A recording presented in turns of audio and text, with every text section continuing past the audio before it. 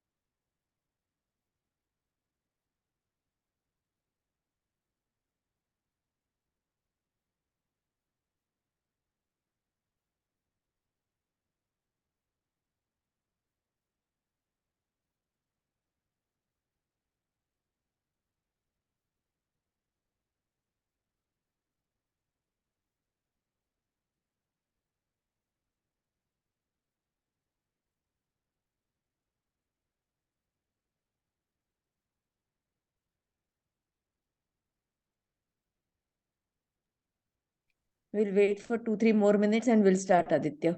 Okay, ma'am.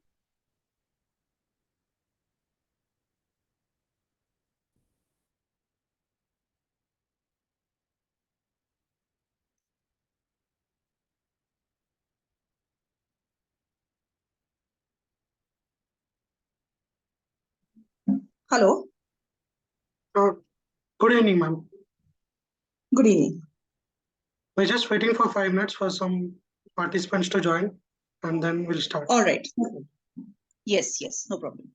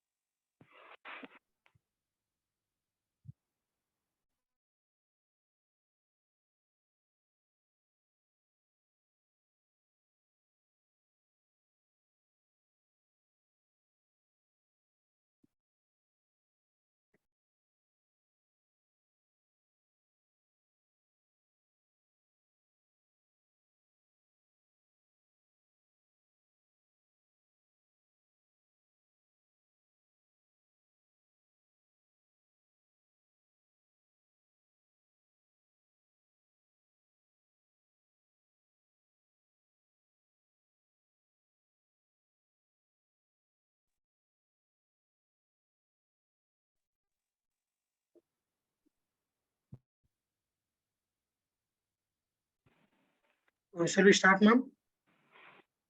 Good evening, everybody. Can you hear me? Aditya, can you hear me? Yes, ma'am, I can. Yes, ma'am, I can. Okay. I think for those who have joined on time, we'll start the clinical case. Good evening, everybody. I'm Dr. Nandini Malshe. I'm Associate Professor in Bharati Vidyapit Medical College. Our SR, Dr. Aditya Kallimath, third year DM student, will be presenting and discussing the case of abdominal mass. And we also have our pediatric surgeon expert, Dr. Abhilasha, who is a full-timer with us as a pediatric surgeon. She's MCH Pediatric Surgery. So over to Aditya. Good evening, everyone. Today we'll be discussing about an interesting case of an abdominal mass in a neonate, which I had presented to our hospital. So we'll be discussing the case. Initially, we'll be discussing our index case and what is the prenatal diagnosis, how do we approach the case postnatally, and how we managed our case. So coming to the abdominal mass in general, the incidence is about 1 in 1,000 live births. Abdominal mass in neonate consists of a broad spectrum of pathologies. They could be incidentally small lesions to large lesions causing any kind of obstruction. The lesions can be benign to malignant. It could be just a simple cyst to complex solid lesions. Most of the lesions right now, because of advancement in technology and use of ultrasound scans regularly, are identified prenatally. So coming to our case, this was a 23-year-old primigravida mother, non-consanguineous marriage, natural conception.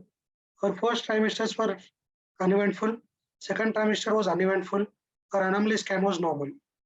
She came to Bharati Hospital for routine checkup at about 34 weeks of gestational age, and the routine scan showed a mass in the fetal right hypochondrium. So coming to the intra-abdominal mass, how do we diagnose it prenatally? Usually, abdominal masses are not identified in the anomaly scan, and most of them are instantly found in the third trimester scan, which was the same thing in our case. Diagnosis is usually imprecise, and a fetal MRI will play a crucial role in coming to a differential. The prediction for the need of neonatal intervention is poor based on the fetal scans, because you don't get a preferable diagnosis and you don't get a precise diagnosis. That's why counseling also becomes a little challenging, because it's difficult to explain to the parents what we found and how we will manage it, whether we'll just observe it or some kind of intervention will be required antenatally only. So coming to the intra-abdominal masses, the most common masses, which are at least 55%, are seen as the renal masses. This includes hydronephrosis, multicystic kidneys, polycystic kidneys, any tumors or thrombosis. The next common are 15% gastrointestinal masses and 15% of genital masses. In genital masses, the most common one seen is an ovarian cyst. Within the gastrointestinal masses, you see duplications, you see obstruction, mesenteric cysts, and very rarely you see splenic cysts. The other masses usually we see are 5% of adrenal masses, which may be either adrenal hemorrhage or neuroblastoma. Liver masses are 5%, which could be simple liver cyst or a choledochal cyst. The other 5% includes a retroperitoneal masses. So coming, the most common masses usually are serofetal cystic abdominal masses, out of which again, as we spoke about, renal tract cysts are the most common abdominal masses, followed by ovarian cysts. Dilated bowel lips can also be suspected as a cyst. The other cysts usually seen are enteric duplication cyst, hepatic and biliary tree cyst. Less common cysts include splenic cyst, urachal cyst, and varices of the umbilical vein. So here we have an image of an episode of antenatal hydronephrosis. Renal masses are usually easy to diagnose. They are posterior to the fetal spine. You will see a renal pelvic calcial dilatation surrounded by a renal parenchyma. They are usually posterior in position. And as you know, the APD diameter is used to differentiate between mild, moderate, and severe. In the second trimester, it is 4 to 6. In the mild, moderate, severe is 4 to 6, 7 to 10, more than 10. For third trimester, it is 7 to 9 mm, 10 to 15 mm, and more than 15 mm. Following the other renal lesions, this is an example of a keyhole appearance as we see in posterior urethral valve. So we can see a dilated bladder, and a key occurrence of the posterior urethra. Bowel lesions, usually intestinal obstruction can be misdiagnosed as a cyst sometimes. If a dilatation of greater than 7 mm at 20 weeks and a dilatation of greater than 13 mm at 28 weeks is usually suggestive of an intestinal obstruction. Cause of an intestinal obstruction antenatally can be a meconium ileus, jejunal atresia, volvulus, and rarely anal malformations and Hirschsprung disease also can present with dilated bowel loops. This here is an MRI imaging, fetal MRI of a meconium peritonitis with pseudocyst with calcification. So meconium peritonitis is in fetus, there will be some kind of intestinal perforation. The meconium comes out and it just naturally heals and goes into a kind of a pseudocyst. So you can see kind of a pseudocyst formation along with some minute calcifications. So meconium peritonitis is usually present with calcifications in the fetal MRI or a fetal ultrasound. In duplication cyst is an cyst with an typical thickening and multilayered wall. Again, the differential diagnosis of duplication cyst can be any cyst. It is not easy to diagnose a duplication cyst based on a fetal scan. Ovarian cysts are usually very easy to identify. They are seen in the pelvis. Most of the ovarian cysts are simple unilocular hypoic lesions, but ovarian cysts can become very large as 10 centimeters, and they can cause obstruction. There might be complex cysts also, where there might be calcifications, where there might be hemorrhages, and where this ovarian cyst can go into torsion and cause complications for the fetus. Choledochal cysts, hepatic cysts, again they are in the right upper quadrant region. Choledochal cysts can be differentiated if there is some dilated duct showing an attachment, but this is also very hard to diagnose antenatally. Liver cysts usually are seen in the right lower part of the liver, right upper lobar of the liver. They are usually very hypoic lesion, simple cysts. Fetal adrenal masses are other 5% chances seen. Most of the adrenal masses are adrenal hemorrhage. They're usually seen in the left suprarenal area, and very rarely neuroblastoma is also seen. But neuroblastoma is the most common solid tumor presenting in a neonate. So we should know its location and where it presents.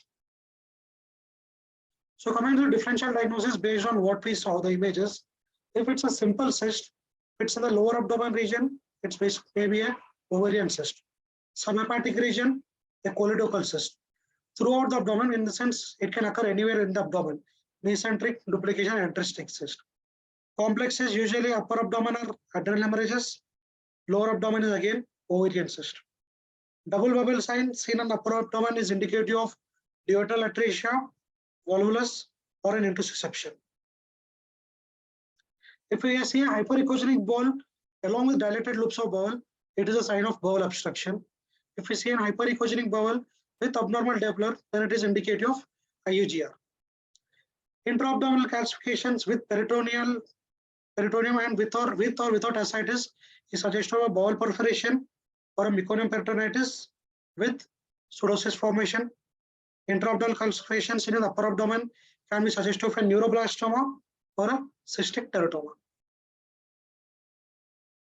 Now coming back to our case, the ultrasound which was done in Bharati Hospital was at 34 weeks of gestation. The ultrasound was suggestive of a heteroechoic lesion seen just below the hepatic border in the fetal right hypochondrium. So following this, and fetal MRI was done. Fetal MRI showed an hyperintense lesion in a T2 weighted images, and there was some hypointense content seen within. We could always see it just below the subhepatic region, and it could be seen causing some indentation to the kidney. So based on the fetal MRI, we came to a differential diagnosis of a mesenteric cyst with hemorrhagic contents, or a duplication cyst, or a cystic teratoma. Now coming to the postnatal evaluation. Postnatal evaluation is based on the history or clinical examination, the radiographic features, laboratory evaluation, and how we manage it. Coming to the history, first thing we'll talk about family history, mainly any previous cases of cancer, any previous case of neuroblastomas, consanguinity. Maternal complications, mostly we ask for amniotic fluid in relation to abdominal mass, whether there is oligohydramnios or polyhydramnios. We note down the prenatal findings, an ultrasound done, any MRI done, and if at all the mother went any prenatal interventions for said condition. After the baby is born, we'll ask about the usual complaints of abdominal distension, feeding pattern, vomiting, and we'll have to know the history of passage of meconium or urine. Coming to the general examination of a baby, this usually an abdominal examination should be done in a supine position. Ideally, you have to place an NG tube to remove out any gas or fluid within. Urinary catheterization also should be done to empty the bladder, to remove that confounding factor of an distended bladder causing some kind of abdominal mass. Distension of the abdomen should be looked for. We have to note the umbilical position. We have to look for any hernias, and we have to define the mass of the character based on its position, consistency, mobility, and how we can palpate the lesion. We have to look for any other associated findings, basically the general status of the baby, the vitals, and other system examinations. So differential diagnoses are usually either a cystic mass or a solid mass. Cystic mass is usually a hydronephrosis, ovarian cyst, mesenteric cyst, and an adrenal hemorrhage. Again, adrenal hemorrhage can be kind of a solid cystic mass or a solid complex lesion also. Solid mass is the most common solid mass in a neonate. Neonate is a neuroblastoma, followed by a cystic teratoma. Other things like Wilmstoma, hepatoblastoma, liver hemangioma are very rare. So coming to what is our approach to an abdominal mass in our unit. Whenever we get a case of either abdominal distension or some kind of abdominal mass on palpation or any issues of abdominal complaints, first thing we go for is we do a general examination with vitals and get a basic radiography examination done. If the first line of investigations is suggestive of some kind of bowel obstruction, then we go for contrast studies and further surgical management. If the examination and radiography is suggestive of cystic lesion, then we'll have to know whether it's a simple cyst or a complex cyst.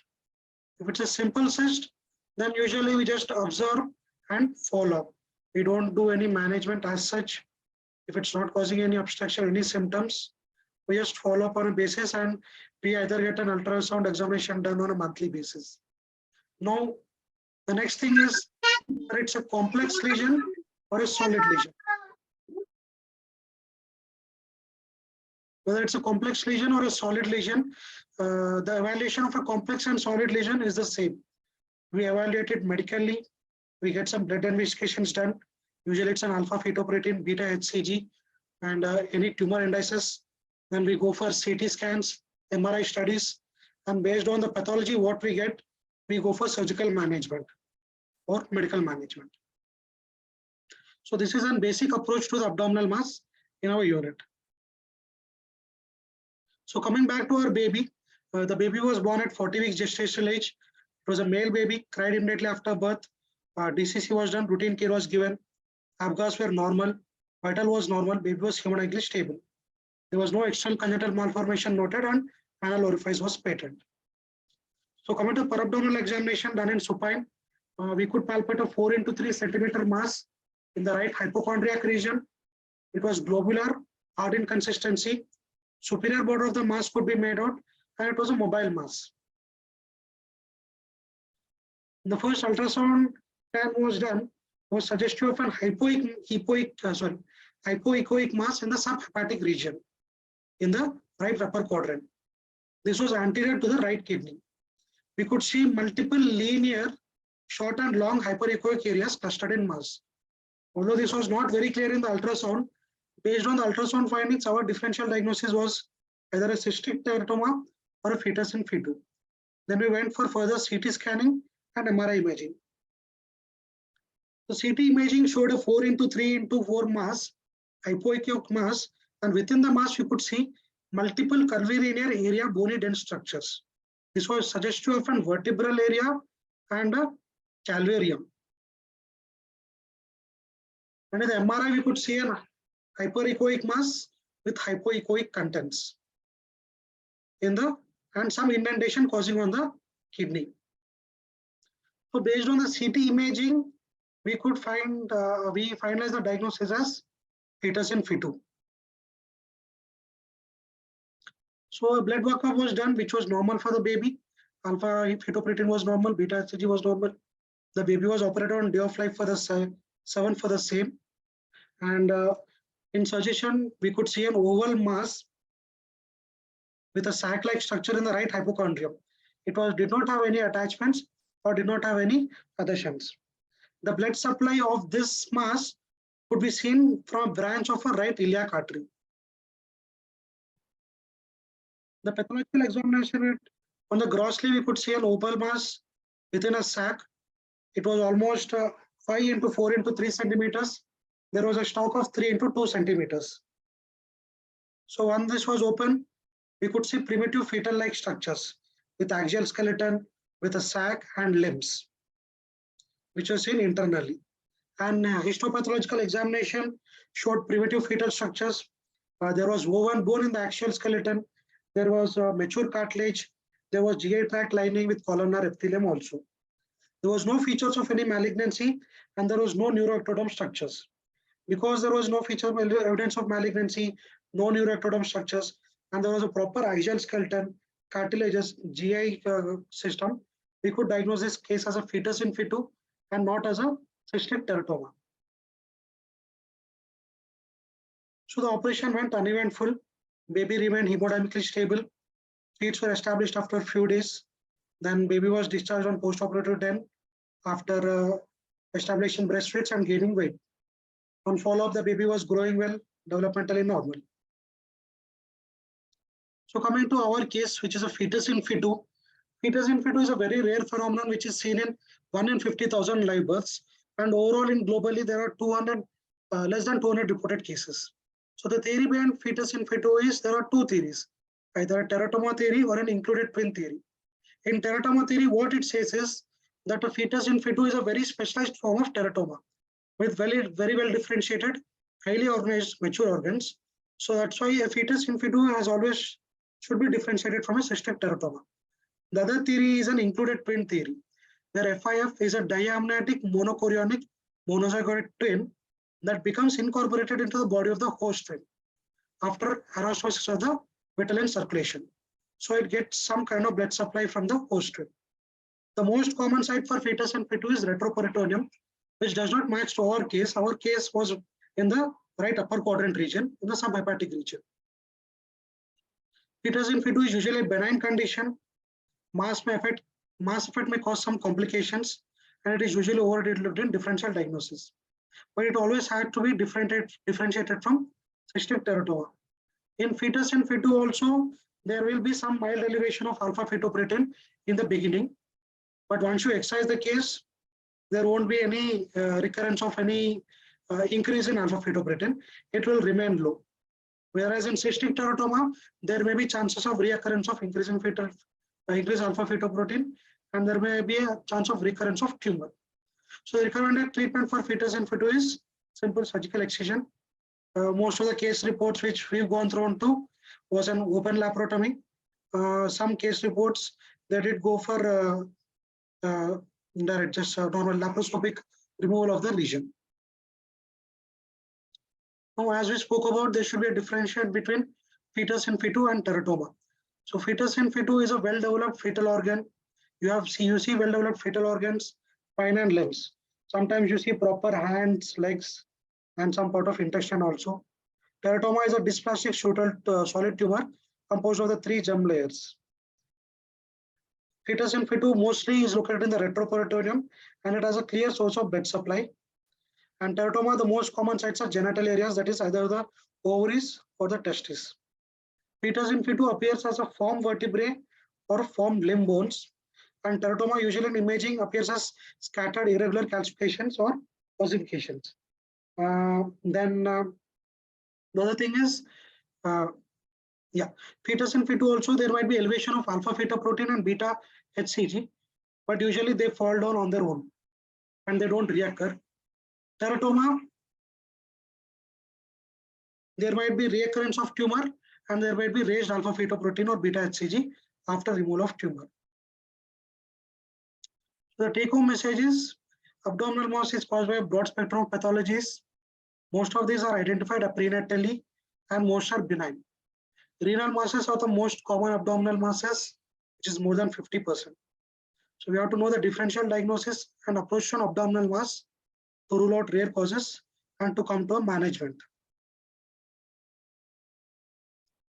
So we are open to discussion now. Any question anyone has? Abhilasha, any comments? No, I think it was a good presentation. He's covered all the points. If there are any questions, I don't mind taking questions from the other part.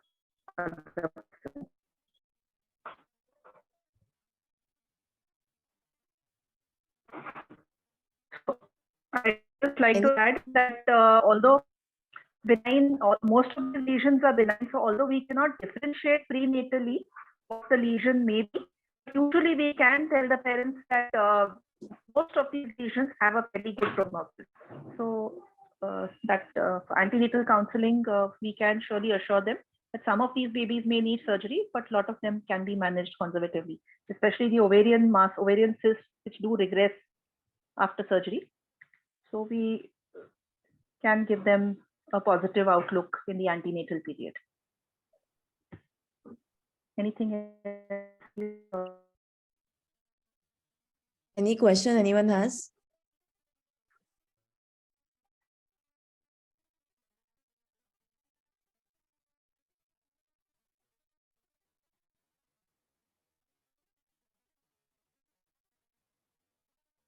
Very well presentation, Aditya. I don't think so anyone has any questions to go.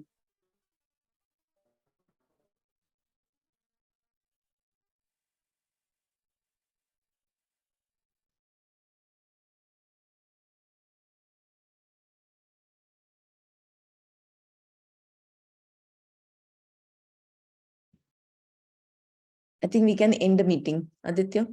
Since there are no Okay. questions, we can end the meeting. There's a question right There now. is one question. Yeah. Any Abhilasha, case, would you like to? In case if the mass is left in C2. Sorry. See, if you have a congenital neuroblastoma, if you have a proper diagnosis, a biopsy-proven diagnosis, you can go for chemotherapy or you can wait and early stage, because no,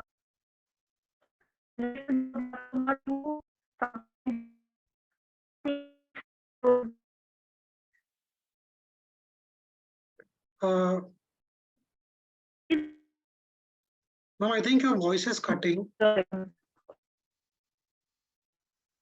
Okay. Yeah, we Now can it's hear you. better, Have my Abhilasha. network well. We can hear you now. Okay, let me just hold this. Okay. So, see, ovarian cysts are one. If they are about less than 5 centimeters in size, we observe, we wait and watch.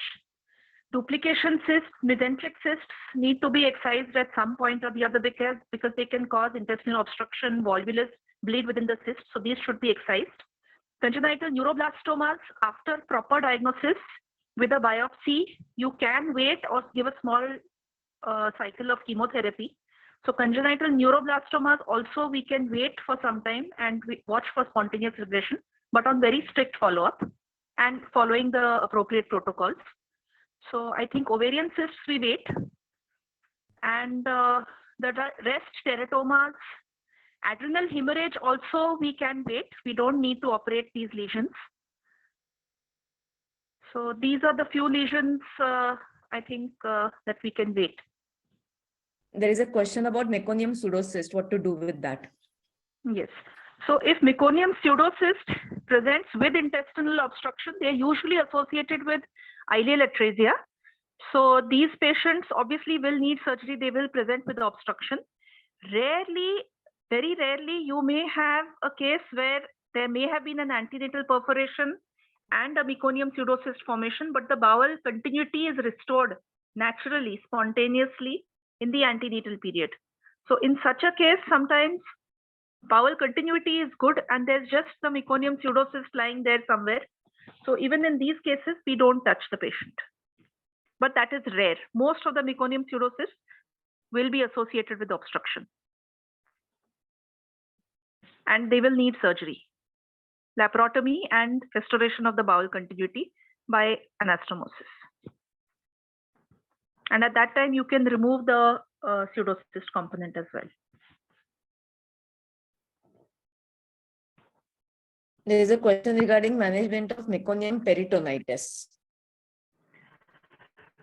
So meconium peritonitis and meconium pseudocyst is usually similar presentation. So again, they will present with features of obstruction because of loss of the bowel continuity. So as I mentioned, for meconium pseudocyst, it is similar. If the patient has obstruction, you operate, you restore the bowel continuity, you give a peritoneal lavage, and you remove the pseudocyst component. And if there is no obstruction, you can wait for these patients. The inflammation because of the meconium in the peritoneum will settle. The inflammation will settle. There may be adhesions. This patient may present later with features of obstruction. They can be tackled as and when that problem occurs. You will have to do a contrast enema to look for any features of microcolon and abdominal X-ray to look for air fluid levels. If that is present, you have to go ahead and operate.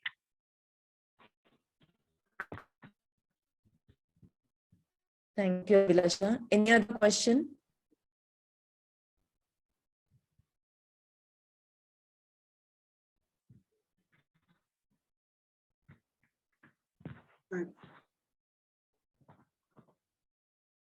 Okay. Thank you everyone for joining. And thanks, Aditya and Dr. Abhilasha. Thank you. Okay, we can end the meeting. Okay. Okay. Thank you.